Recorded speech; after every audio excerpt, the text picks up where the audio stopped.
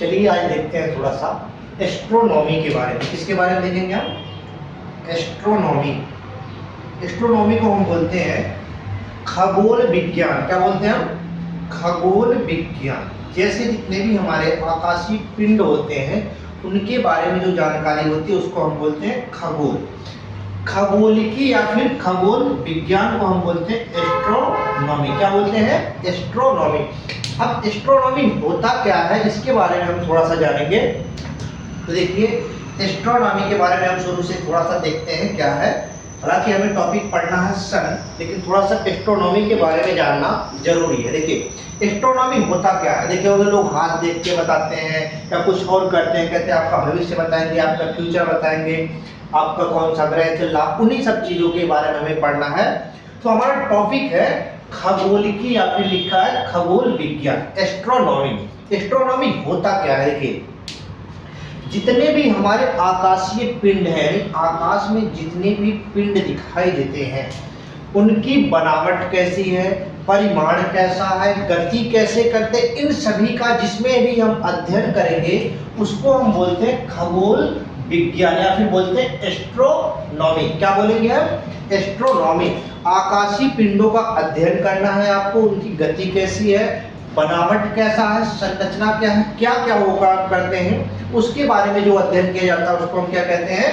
खगोल विज्ञान या फिर खगोलिकी, इंग्लिश में कहते हैं एस्ट्रोनॉमी। क्या कहेंगे? एस्ट्रोनॉमी। तो सबसे पहली बात क्या हो गई? आकाशीय पिंड, उनकी बनावट, परिमाण और गति का अध्ययन करना क्या कहलाएगा? खगोल विज्ञान कहलाएगा, एस्ट्रोनॉमी कहलाएगा। अब देखिए, इसी एस्ट्रोनॉमी में एक टर्म आता है, एक टॉपिक है सन। कौन सा टॉपिक है? सन। सभी लोग जानते होंगे सूर्य,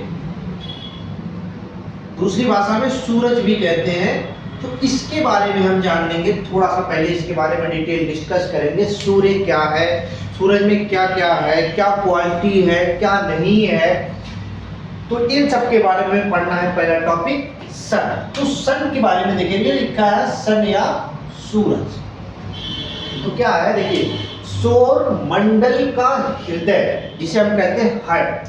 अगर हम कहें सौर मंडल का हार्ट तो किसे कहोगे आप? सन को कहोगे।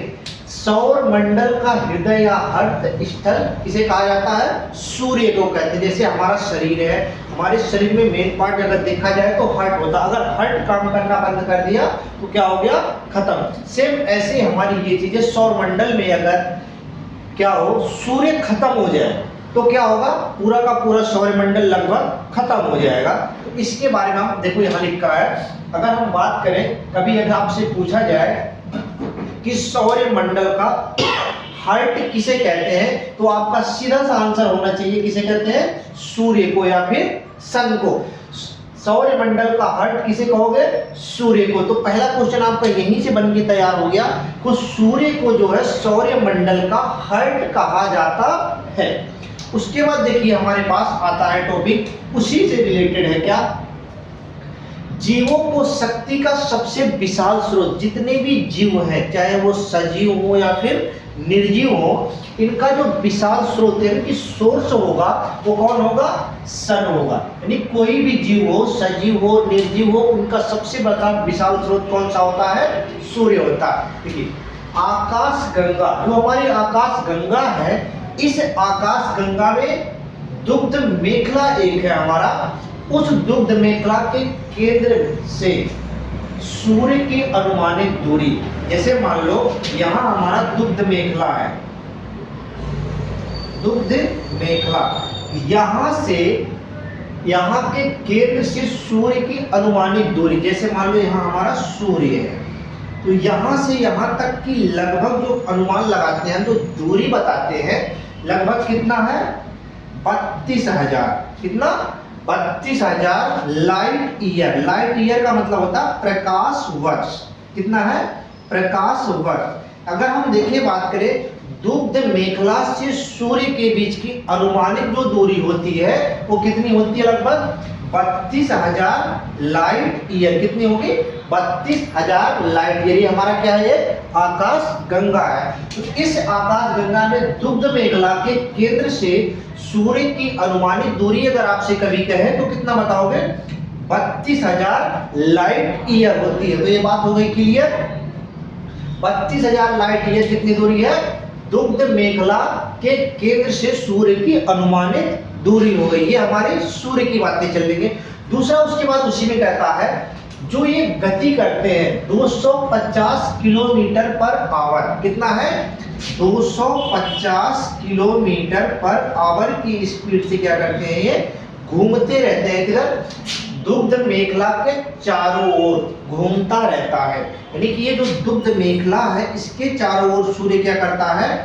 250 किलोमीटर प्रति घंटे की स्पीड से चक्कर लगाता रहता है।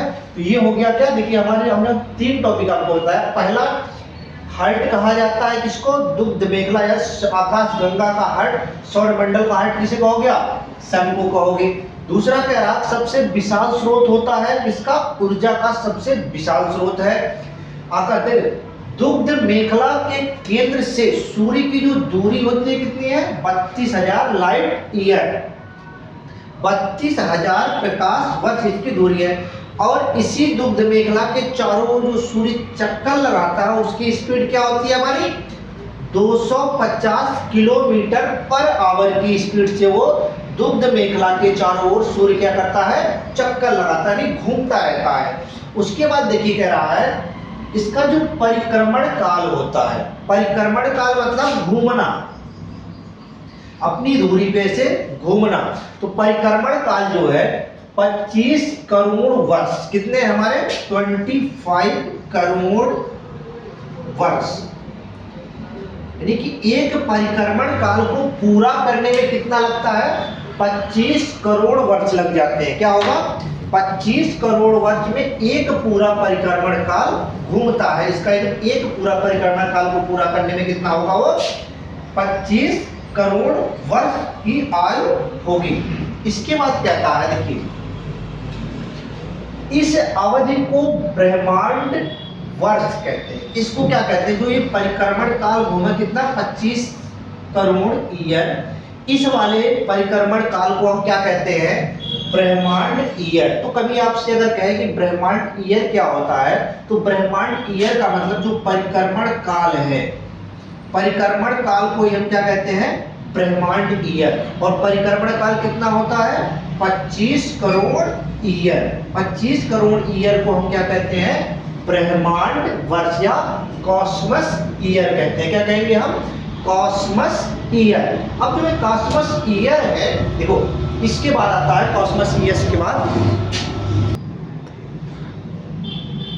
देखिए हम कहां पर पहुंचे थे? कॉस्मस ईयर पर। तो कॉस्मस ईयर की बात हो गई, यानी कि 25 करोड़ वर्ष को हम क्या कहते हैं? कि कॉस्मस ईयर या ब्रह्मांड वर्ष कहते हैं। अब बात आती है सूर्य है क्या? सूर्य जो है ये गैसीय पिंड है। क्या है? गैसीय पिंड। किससे बना हुआ है? गैस से मिलके बना हुआ। अब इस पे गैस कौन कौन सी है भाई? थोड़ा सा हम गैस के बारे में देखेंगे। देखे होंगे इसके पहले टॉपिक में हमने बता रखा था जो गैस होते हैं सबसे ज्यादा क्वांटिटी में पाया जाता है हमारा हाइड्रोजन। क्या पाया जाता है?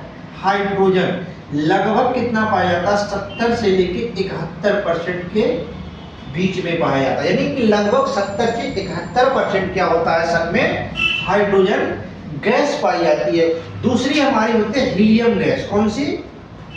हीलियम। हीलियम गैस जो होती है 26 से लेके 28% तक होती है। कितनी होती है? 26 से लेके 28% होती है। बाकी जो अदर गैसें जो होती हैं वो 2% या इससे अधिक परसेंटेज मिलके क्या बनाती है? हमारी अलग अलग गैस का फॉर्मेशन करती हैं। तो ये हो गए हमारे कौन सी गैस है? तो हम क्या कहेंगे? हाइड्रोजन गैस सबसे ज्यादा मात्रा में पाया जाता है। कहां पर? सन पर। दूसरी मात्रा में कौन सा पाया जाता है? हीलियम। 26 से लगभग 28% का रेशियो होता हमारा हीलियम गैस का। तो जो सूर्य है ये क्या है? ये गैसीय पिंड है। क्या है? सूर्य एक गैसीय पिंड है। देखो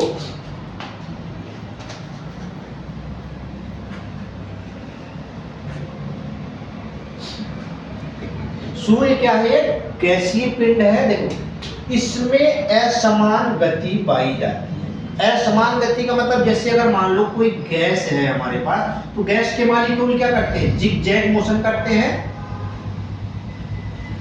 जिग-जैग मोशन यानी कि टेढ़ी मेढ़ी गति करते हैं। तो जो सूर्य एक गैसीय पिंड है, तो ये भी क्या करेगा, असमान गति करते हैं। इसके मॉलिक्यूल जो होंगे क्या होंगे, चारों तरफ किसी भी तरफ गति करेगा। इसकी गति जो होती है क्या होती है, असमान होती है। क्या होती है, असमान। यानी कि सूर्य जो है असमान गति से इसके मॉलिक्यूल जो हाइड्रोजन हीलियम होंगे वो घूमते रहते हैं। देखिए इसका जो मध्य भाग होता है सूर्य का, मध्य भाग 25 दिन में तथा ध्रुवीय भाग 35 दिनों में एक घूर्णन करता है। जैसे हमने ले लिया मध्य भाग, ये सूर्य है तो सूर्य का मध्य भाग ये हो गया, ये हमारा ध्रुवीय भाग हो गया। तो मध्य भाग जो है 25 दिन में घूमता है और ध्रुवीय भाग कितने में घूमता है, 35 दिन में। तो क्या होगा, जो सूर्य का मध्य भाग होगा वो कितने में घूमेगा, 25 दिन में। और जो ध्रुवीय भाग होता है, पोल होता है, वो हमारा होता है 35 दिन में एक घूर्णन करता है। एक घूर्णन यानी एक रोटेशन करता है। तो ये क्या हो गया हमारा, एक घूर्णन कितने दिन में, 35 दिन में। और मध्य भाग कितने दिन में, 25 दिन में। यानी कि हम कह सकते हैं कि जो सूर्य का मध्य भाग होगा वो 25 दिन में एक घूर्णन करता है और जो पोल होगा, ध्रुवीय भाग होगा, वो 35 दिन में एक चक्कर को लगाता है, एक दूरी को घूम के आता है। इसके बाद आता है हमारा सूर्य की संरचना। क्या आता है, सूर्य की संरचना, सूर्य की बनावट कैसे। देखिए शुरू में हमने बताया था आपको बनावट के बारे में। तो सूर्य की बनावट कैसी है, ये है दिखता कैसे है। तो यहाँ लिखा है सूर्य की संरचना, स्ट्रक्चर ऑफ सन। अब जो सन होता है इसकी संरचना कैसे है, आकार कैसा है, दिखता कैसे है, उसके बारे में हम थोड़ा सा जानेंगे। तो क्या होता है ये देखते हैं हम। चलिए अब हम कहाँ पहुंचे थे, टॉपिक हमारा था सूर्य की संरचना कैसी है, बनावट कैसा, दिखता कैसा है, इसके बारे में हम जानेंगे। सूर्य है क्या वास्तव में।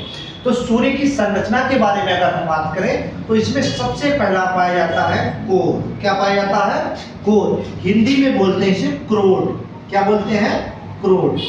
पहला क्या पाया जाएगा, कोर। क्या होगा, कोर। कोर क्या होता है, सबसे आंतरिक स्तर। आंतरिक का मतलब सबसे अंदर का जो हिस्सा होता है उसको हम बोलते हैं कोर। जैसे हम बोलते हैं किसी चीज का केंद्र, तो जो केंद्र होता है, तो सूर्य के लिए ये वर्ड क्या यूज किया जाता है, कोर। तो क्या होगा, सबसे अंदर का जो हिस्सा होगा, सबसे अंदर का स्तर होगा, लेवल होगा, उसको हम बोलते हैं क्या, कोर। तो सबसे आंतरिक स्तर को क्या हम बोलते हैं, कोर कहते हैं। जिसमें क्या पाया जाता है सबसे ज्यादा, 70 से 71%, अभी हमने आपको बताया था, क्या पाया जाएगा, हाइड्रोजन गैस पाया जाता है। तो 70 से 71% H2 किसमें पाया जाता है, कोर में। सूर्य अगर आपसे कहे कि सूर्य के कोर में सबसे ज्यादा पाई जाने वाली गैस कौन सी होती है, तो कौन सा बताओगे, हाइड्रोजन गैस होती है। तो जो सूर्य का केंद्रक यानी कोर होगा,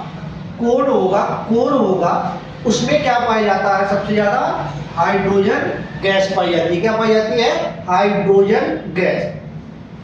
अब जो सूर्य है इसके जो क्रोड है, इसमें एक प्रोसेस होता है, एक क्रिया होती है, रिएक्शन होता है। इस रिएक्शन को हम क्या कहते हैं, किसकी वजह से इसमें लगातार एनर्जी बनी हुई है, इतनी गर्माहट है, कंटिन्यूटी इसकी बनी हुई है, इसकी एनर्जी कभी खत्म नहीं हो रही है। तो उसके लिए क्या होता है, इस पे एक रिएक्शन होता है जिसको हम बोलते हैं न्यूक्लियर फ्यूजन। क्या बोलते हैं, न्यूक्लियर फ्यूजन नामक एक रिएक्शन होता है। हिंदी में कहते हैं नाभिकीय संलयन। देखो संलयन का मतलब होता है जुड़ना। क्या होता है, जुड़ना, यानी जिसे हम कहते हैं ऐड होना। छोटे छोटे लोग मिलके क्या करते हैं, एक बड़े आकार का निर्माण करते हैं, उसी को हम बोलते हैं संलयन, यानी कि संलयित होना, फ्यूजन। फ्यूजन का मतलब होता है संलयित, एकत्रित होना। तो छोटे छोटे लोग मिलके बड़े लोगों का निर्माण करना ही क्या कहलाता है, संलयन या फिर फ्यूजन कहलाता है। तो सूर्य के क्रोड में कौन सी क्रिया होती है? नाभिकीय संलयन है, न्यूक्लियर फ्यूजन की क्रिया होती है।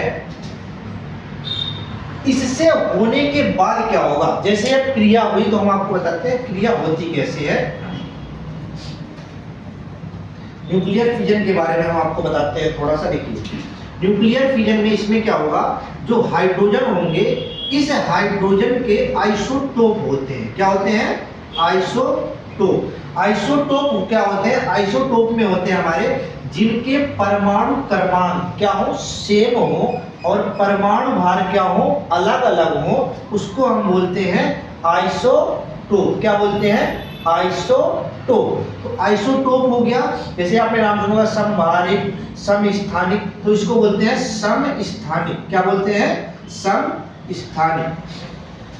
ये हो गए आइसोटोप। तो इसके जो आइसोटोप होते हैं वो 3 होते हैं। कितने होते हैं?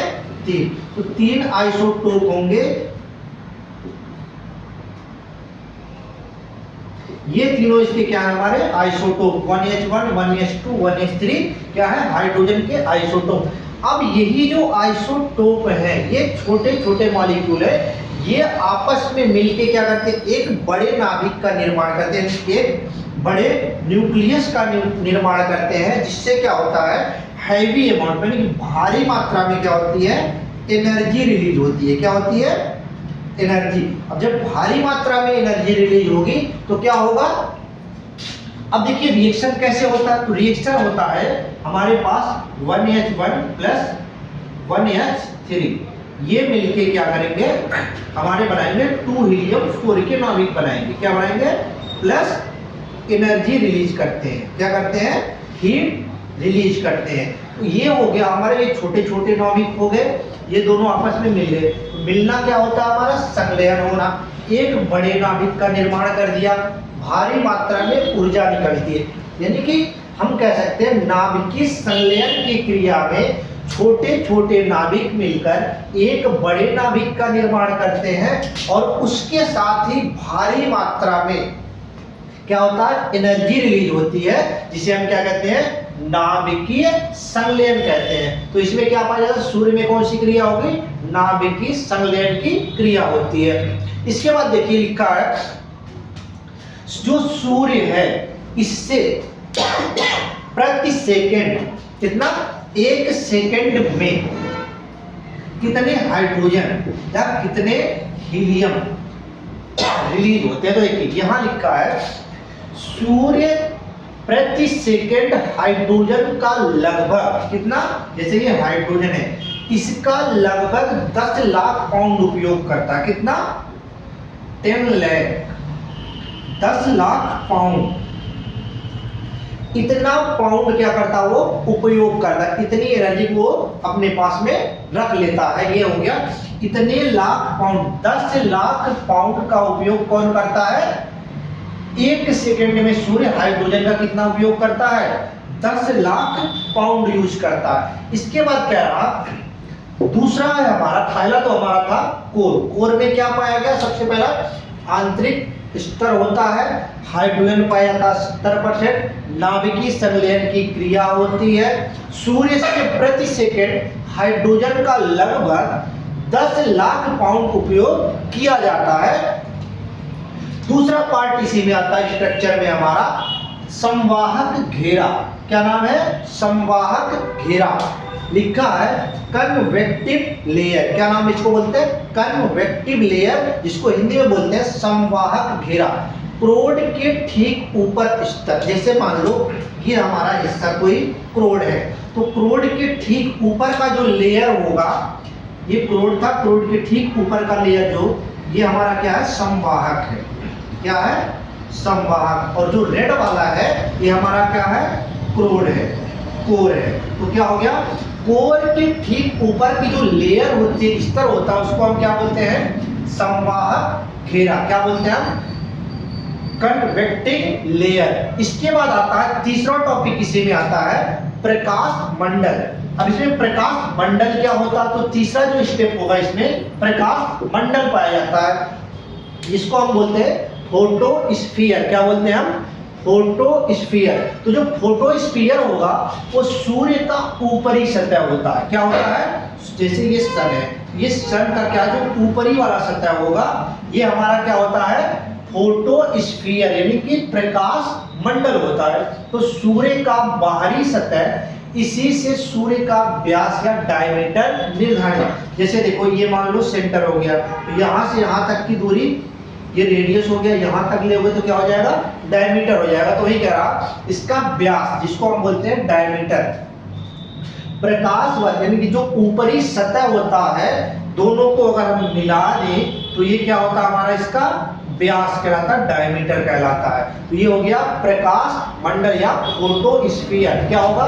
सूर्य का सबसे बाहरी सतह जो होगा उसको बोलते हैं क्या? प्रकाश मंडल। इसी से सूर्य के व्यास का निर्धारण किया जाता है। इसके बाद आता है हमारा चौथा टॉपिक, इसमें है सौर वायुमंडल। क्या नाम है इसका?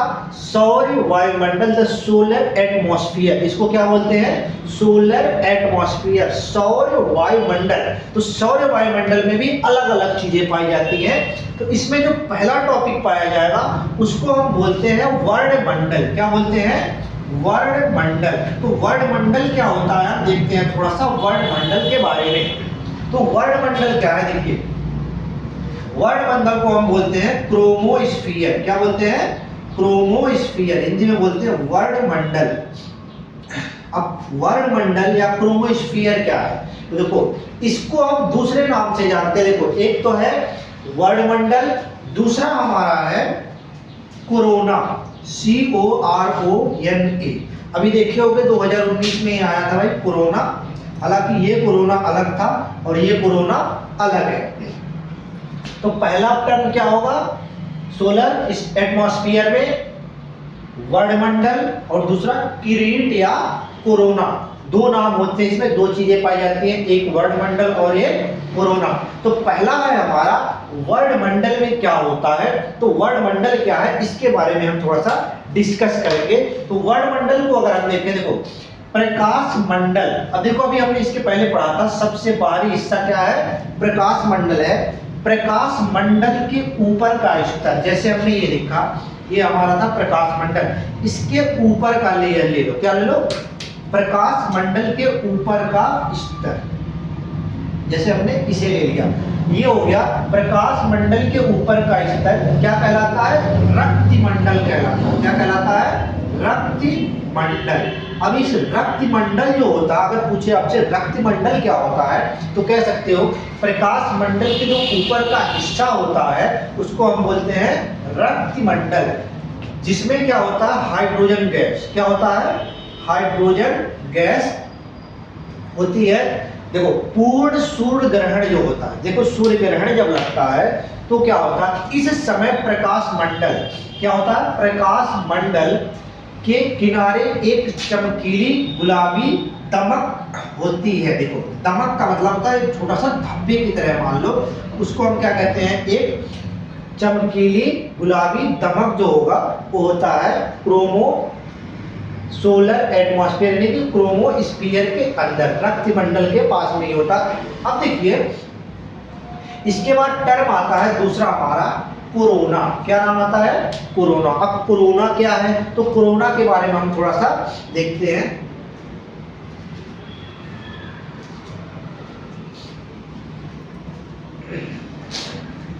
देखिए अब बात आती है कोरोना पर। कहां पहुंच गए हम? कोरोना। या फिर हम कह सकते हैं किरीट। क्या कहते हैं? किरीट। तो किरीट क्या है? देखो हमने अभी पढ़ा वर्णमंडल, वर्णमंडल पढ़ा, वर्णमंडल यानी क्रोमोस्फीयर।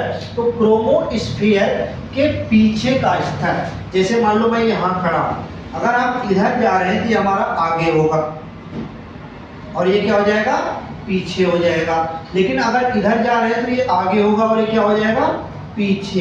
तो क्या है कि जो वर्णमंडल है उसके पीछे का स्तर क्या कहलाता है? कोरोना कहलाता है। वर्णमंडल क्रोमोस्फीयर के जस्ट पीछे जो होगा उसको हम बोलते हैं कोरोना। यह स्तर सूर्य ग्रहण के समय ही देखा जाता है। जब सूर्य ग्रहण लगता है उसी समय कोरोना को हम देख पाते हैं, उसके पहले कोरोना को हम नहीं देख सकते। कोरोना क्या है? क्रोमोस्फीयर के पीछे का जो हिस्सा होता है, स्तर होता है, लेयर होता है, वो होता है हमारा कोरोना। सूर्य ग्रहण के समय इसे हम क्या कर सकते हैं, देख सकते हैं, किसको, कोरोना को। बात क्लियर हो गई। इसके बाद देखिए आता है बहुत इंपॉर्टेंट टॉपिक है, सूर्य कलंक। कहते हैं ना एकदम बिल्कुल कलंक है, तो इस नाम पे तो कलंक हो, आदमी के नाम पे कलंक हो, तो यही कह रहा सूर्य कलंक या सूर्य धब्बा, इंग्लिश में बोलते हैं सन स्पॉट। क्या बोलते हैं, सन स्पॉट। अब सन स्पॉट क्या है भाई, थोड़ा सा इसे देखना ध्यान से, इसके बारे में हम डिस्कस करते हैं थोड़ा सा। देखिए लिखा है सूर्य कलंक या सूर्य धब्बा किसे कहते हैं, तो यहाँ लिखा है सूर्य की सतह पर।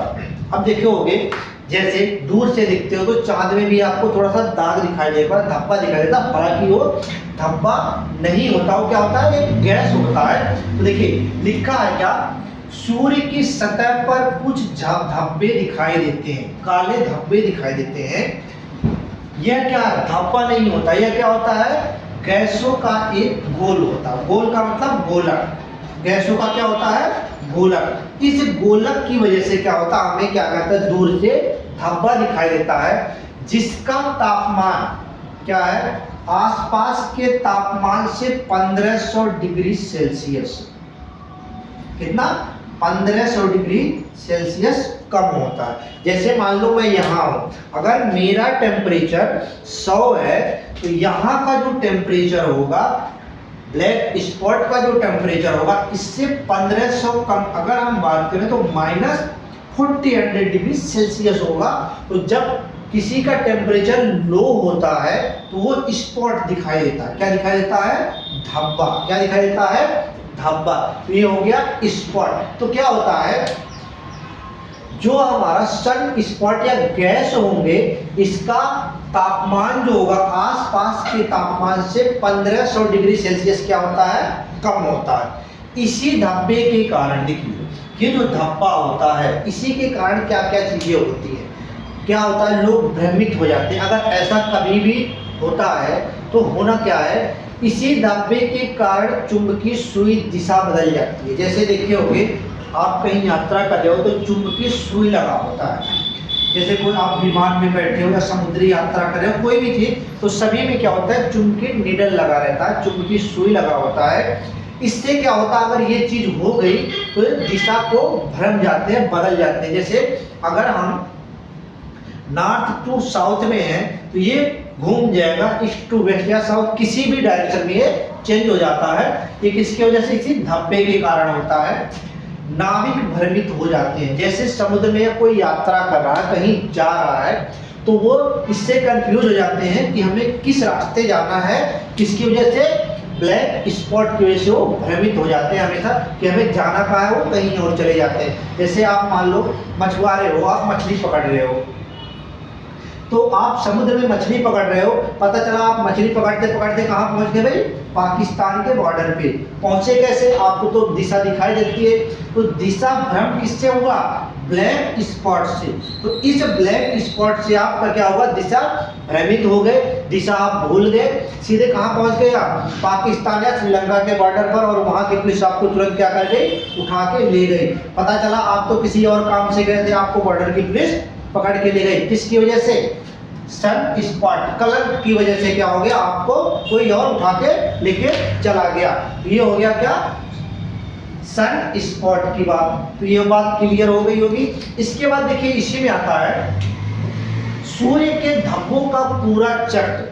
जो एक धब्बा है यानी गैस के मॉलिक्यूल है, ये चक्र 22 वर्ष में, कितने, 22 वर्ष का होता है। एक चक्र जो धब्बा लगा, देखिए हम कहाँ थे, जो सूर्य का धब्बा है, ये धब्बा क्या है, 22 वर्ष में यानी कि 22 साल में एक चक्कर पूरा लगाता है, जिसे सूर्य धब्बा या सूर्य धब्बा चक्र, सूर्य धब्बा चक्र के नाम से जानते हैं, सन स्पॉट साइकिल बोलते हैं। क्या बोलते हैं, सन स्पॉट साइकिल के नाम से जानते हैं। अब ये जो 22 वर्ष का समय लगता है, इसमें क्या होता है, 11 वर्ष तो क्या होता है, ये बढ़ता है, क्या होगा, धब्बा बढ़ेगा धीरे धीरे। जैसे मान लो कितना बढ़ा था, इससे धीरे धीरे धीरे धीरे धीरे तक 11 वर्ष तक ऐसे बढ़ेगा।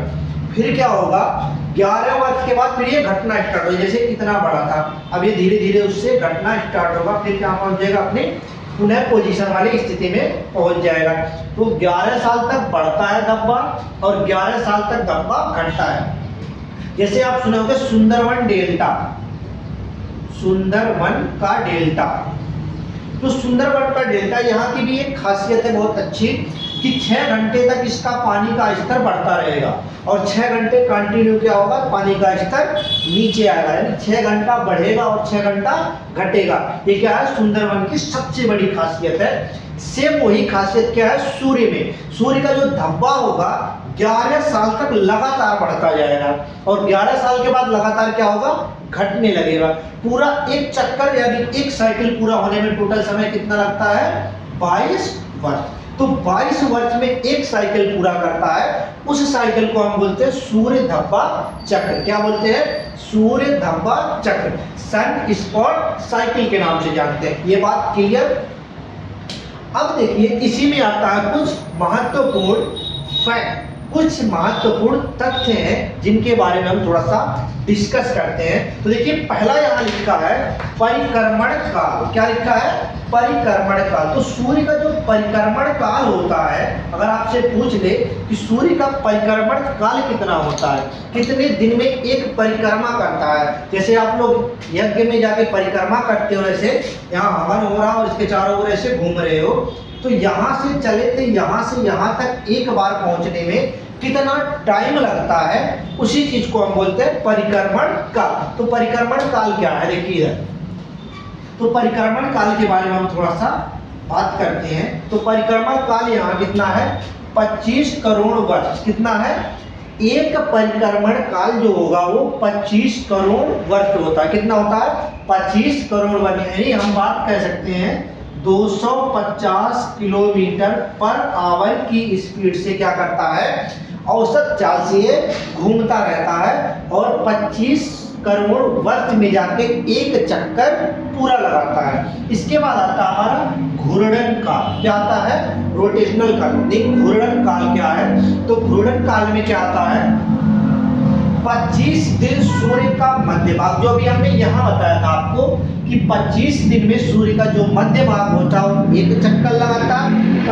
देखिए हम पढ़ रहे थे महत्वपूर्ण फैक्ट, इंपॉर्टेंट फैक्ट क्या है, हमने पहला बताया परिक्रमण काल। जो परिक्रमण काल होगा वो 25 करोड़ वर्ष में एक बार पूरा होता है और जो घूर्णन काल होता है वो क्या काम करता है, अपनी धुरी पे जो घूमता है 25 दिन में सूर्य का मध्य भाग घूमता है और 35 दिन में सूर्य का ध्रुवी भाग, यानी कि पोल जो होता है वो 35 दिन में घूमता है और जो मध्य भाग होता है, मीडियन पार्ट जो होता है वो 25 दिन में एक पार्ट घूम के चक्कर लगाता है, उसका घूर्णन कर लेता है। कह रहा व्यास कितना होता है, तो जो सूर्य का व्यास होता है लगभग 14 लाख होता है। कितना होता है, लगभग 14 लाख किलोमीटर। कितना होगा, लगभग 14 लाख किलोमीटर। ये नियर अबाउट अप्रोक्सीमेट वैल्यू होती है, लेकिन अगर एग्जैक्ट वैल्यू की बात करें तो 13,92,000 किलोमीटर होता है। कितना, 13,92,000 किलोमीटर सूर्य का क्या है, व्यास है। व्यास ये है, व्यास इंग्लिश में बोलते हैं डायमीटर। क्या होता है, डायमीटर। अगर कहे आपसे कि सूर्य का डायमीटर कितना है तो कितना बताओगे, लगभग 14 लाख किलोमीटर, या फिर कह सकते हो एग्जैक्ट वैल्यू 13,92,000 किलोमीटर। अगर इसी को दूसरे भाषा में आपसे पूछ ले कि पृथ्वी के व्यास का कितना गुना है, अगर कहे कि सूर्य का व्यास पृथ्वी के व्यास का कितना गुना है, तो आपका आंसर क्या होगा, 110 गुना। कितना, 110 गुना। क्लियर बात। वो जो पृथ्वी है इसके व्यास का 10 गुना सूर्य का व्यास है, या फिर हम कह सकते हैं कि जो सूर्य का व्यास है वो पृथ्वी के व्यास का 10 गुना ज्यादा है। देखिए 14 लाख लगभग या 13,92,000 किलोमीटर इसका क्या है, व्यास है। इसके बाद आता है डेंसिटी। डेंसिटी का मतलब डेंसिटी, डेंसिटी को बोलते हैं घनत्व। डेंसिटी का मतलब होता है जहां पर भीड़ भाड़ सबसे ज्यादा हो, भीड़ भाड़ का इलाका को हम बोलते हैं डेंसिटी। जितनी ज्यादा जिसकी डेंसिटी होगी वो उतना नीचे होगा, जितनी कम डेंसिटी होगी वो उतना ऊपर होगा। जैसे पानी ले लो, पानी में तेल मिला दो, देखोगे तेल ऊपर तैरता रहता है। तो जो तेल होता है इसकी डेंसिटी कम होती है, और जो पानी होता है उसकी डेंसिटी ज्यादा होती है। तो जिसका डेंसिटी कम होगा वो नीचे होगा, और जिसका डेंसिटी कम होगा वो ऊपर होगा, जिसका ज्यादा होगा वो नीचे होगा। अगर आपकी डेंसिटी पानी में कम है तो आप पानी में कभी नहीं डूबोगे। अगर आपकी डेंसिटी पानी से ज्यादा है तो आप पानी में डूब के क्या हो जाओगे, टाटा बाय बाय हो जाओगे। तो ये हो गया क्या, पानी की डेंसिटी आपका पता चल गया। तो सूर्य का जो घनत्व है, डेंसिटी है, वो हमारा होता है 1.41 ग्राम पर सेंटीमीटर क्यूब। यानी 1 सेंटीमीटर क्यूब में 1.41 ग्राम क्या होता है, मिक्स होता क्या, घनत्व होता है। इसके बाद आता है क्रोड, जो हमारा क्रोड है, कोर है, इसका तापमान कितना है। तो इसका तापमान क्या है, आपको हमने पहले बता रखा है कि इसका तापमान कितना होता है। तो देखो यहाँ सामने आपके पास लिखा हुआ इतना सेल्सियस आपका तापमान होता है। कह रहा रासायनिक बनावट क्या होगा। रासायनिक बनावट का मतलब क्या होगा, रासायनिक बनावट का मतलब क्या पाया जाता है, किसकी रिएक्शन किस में होता, क्या क्या चीजें हैं। तो 70 से 71% हमारा क्या होता है, हाइड्रोजन गैस होता। क्या होगा, 70 से 71% हाइड्रोजन गैस। 26 से लेकर 28% क्या होगा हमारा, हीलियम गैस। अदर अन्य भारी 2%, लगभग 2% क्या होते हैं, हैवी एलिमेंट होते हैं। क्या होते हैं, अन्य भारी तत्व पाए जाते हैं कहां पर, सूर्य में। इन सभी चीजों से मिलकर क्या बना है, सूर्य। अगर हम बात करें मोस्टली तो सूर्य 2 चीजों से मिलकर बना, क्या, हाइड्रोजन और हीलियम। 2% की आप गिनती भूल जाओ, कोई दिक्कत ना, लेकिन सबसे ज्यादा हाइड्रोजन और हीलियम है। इन दोनों से मिलकर क्या बना है, सूर्य बना है। इसके बाद आता है आपेक्षिक घनत्व, सॉरी आपेक्षिक द्रव्यमान। तो आपेक्षिक द्रव्यमान कितना है, देखिए 332776, पृथ्वी के द्रव्यमान का 3 गुना। यानी अगर हम मान लो पृथ्वी का द्रव्यमान मान लो कि 10 है, 10 केजी क्या है पृथ्वी का द्रव्यमान, मास 10 केजी है, तो सूर्य का द्रव्यमान कितना हो जाएगा, 30 केजी हो जाएगा। पृथ्वी के 3 गुना द्रव्यमान क्या होगा, इसका होगा, किसका, सूर्य का अपेक्षित द्रव्यमान का। जीवन काल कितना होता है, जीवन काल कितने दिन तक ये जिंदा रहेगा, कितने दिन तक ये बना रहेगा, ये है लगभग 10 अरब वर्ष। अब आपको गिनती आती होगी, लाख तक की गिनती तो सभी जानते होंगे, लाख के बाद क्या आता, करोड़ आता, करोड़ के बाद क्या आता, अरब आता। तो 10 अरब वर्ष। अब एक वर्ष में कितने दिन होते हैं, 365 दिन होते हैं। आप अनुमान लगा लो कितने दिनों तक सूर्य क्या है, बना रहेगा। और ये हमेशा बना ही रहेगा, ये कोई अनुमानित वैल्यू है, जरूरी नहीं कि इसके बाद ये खत्म हो जाए। ये खत्म इसलिए नहीं होगा, क्यों, क्योंकि इसमें क्या है, नाभिकीय संलयन की क्रिया हो रही है, और नाभिकीय संलयन से कभी भी कोई चीज खत्म नहीं होता। अगर हम बात करें कि सूर्य का जीवन कभी खत्म हो सकता है, तो सीधे आंख बंद करके क्या बताओ, सूर्य कभी भी खत्म नहीं हो सकता। क्यों नहीं हो सकता भाई, क्योंकि यहाँ पर नाभिकीय संलयन की क्रिया होती है, और नाभिकीय संलयन की क्रिया होने से लगातार रूप में क्या है, इसमें एक तो एनर्जी बनी, कहते हैं ना सतत रूप से किरणें निकलती है, किरणें निकलती है। तो सतत रूप से किरणें निकलने का मतलब क्या है भाई, ये कभी खत्म होने वाला नहीं है। लेकिन एक चीज छोटी सी बात है, सर्दी के मौसम में देखे होगे भाई, सर्दी के मौसम में सूर्य दिखाई नहीं देता। देखो भाई, हर एक किसी का तोड़ होता है, तो इसका भी कोई ना कोई तोड़ होगा। तो इसका एक ही तोड़ है, कोहरा। क्या है भाई, कोहरा। इसको हम बोलते हैं फॉग। ये क्या है, जो फॉग होगा ये सूर्य को पे भी क्या हो जाता है, हावी हो जाता है। यानी इसकी वजह से क्या होता है, सूर्य दिखाई नहीं देता, छिप जाता है अंधकार में। क्यों छिप जाता है, रीजन क्या है, जो कोहरा होगा ये पानी होता है, जो पानी के मॉलिक्यूल होंगे वो क्या होंगे, थोड़ा नजदीक होंगे, गैस के मॉलिक्यूल क्या होंगे, दूर होंगे। तो यही चीज क्या होता है, इसको छिपा देता है। इसी की वजह से कोहरे के कारण क्या होता है, जो हमारा एक कंट्री नाम सुने होंगे चाइना, तो जो चाइना है, चाइना में क्या है, सूर्य यानी इतना कोहरा पड़ता है, कोहरा सबसे ज्यादा पड़ता है। कहां पर, चीन में। चीन में कोहरे के कारण जो सूर्य है, सन है, इसका सारा ढांचा बदल दिया, क्या, कोहरे ने। हमें क्या दिखाई देता, एक सूर्य दिखाई देता हमारी कंट्री में, भारत में एक सूर्य दिखाई देगा। लेकिन यही सूर्य कोहरे के कारण चाइना में अगर चले जाओ, चीन में चले जाओ, तो ये 7 सूर्य दिखाई देता है। कितना सूर्य, कितने दिखाई देते हैं, 7। यानी चाइना में लोग 7 सूर्य देखते हैं और हमारे भारत में कितने देखते हैं, 1। कारण क्या है, कोहरा। क्या है, जितना ज्यादा कोहरा बढ़ेगा उतना ही क्या होगा, आपके लिए दिक्कत होनी है। तो ये क्या होगा, 7। क्या पता चले किसी दिन इतना कोहरा आ जाए हमारे भारत में भी 2 बार या 3 बार, 2 या 3 सूर्य दिखाई देने लगे। हालांकि ऐसा तो पॉसिबल नहीं है, लेकिन हो भी सकता, हम कह नहीं सकते। तो क्या पता चले हमें अगर 7 सूर्य देखना है तो वहां जाना पड़ेगा हमें, चीन में। तो वही चलेंगे हम चीन में एक दिन देखने, 7 सूर्य कब होता है, इसके बारे में देखेंगे बाद में।